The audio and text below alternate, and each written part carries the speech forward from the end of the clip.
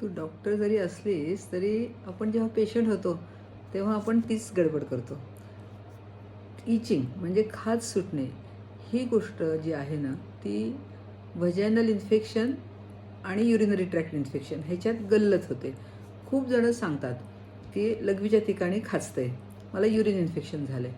म्हणजे लघवीच्या ठिकाणी खाजतंय हे युरिन इन्फेक्शन नाही. युरिन इन्फेक्शन हे लघवीला जळजळ, उन्हाळी, वारंवार लागणे, थंडी वाजून ताप येणे हे युरिनरी ट्रॅक्टचं म्हणजे मूत्रमार्गाचा संसर्ग आहे.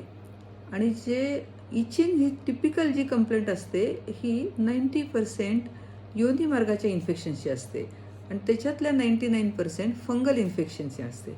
फंगल इन्फेक्शन हे टिपिकली इचिंग म्हणून प्रेझेंट होतात. जेव्हा जेव्हा खाज सुटते तेव्हा आपण पहिल्यांदा बघायचं की फंगल इन्फेक्शन आहे का आणि डायबिटीस आहे का.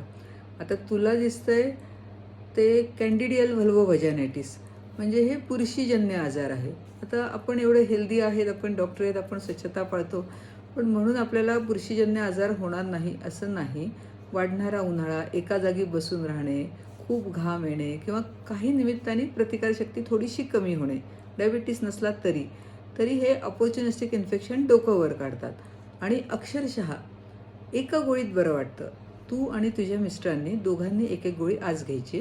तू एक गोळी परवा घे आणि नंतर आठवड्याला 4 गोळ्या घे. म्हणजे हा पुन्हा पुन्हा त्रास होणार नाही. आणि दुसरं महत्त्वाचं म्हणजे पुरुषांना त्रास होत नसला तरी हे फंगस त्यांच्या पेनाइल स्किनमध्ये राहतं. त्यांच्या लिंगावर ते थोडंसं राहतं आणि पुन्हा जेव्हा संपर्क येतो तेव्हा तुला पुन्हा रिइन्फेक्शन होऊ शकतं. पुरुषांना काही त्याचं इचिंग वगैरे होत नाही. म्हणून तुम्ही दोघांनी ट्रीटमेंट घेतली तर ही ट्रीटमेंट सक्सेसफुल होईल आणि 8 दिवस कॉन्टॅक्ट ठेवायचा नाही.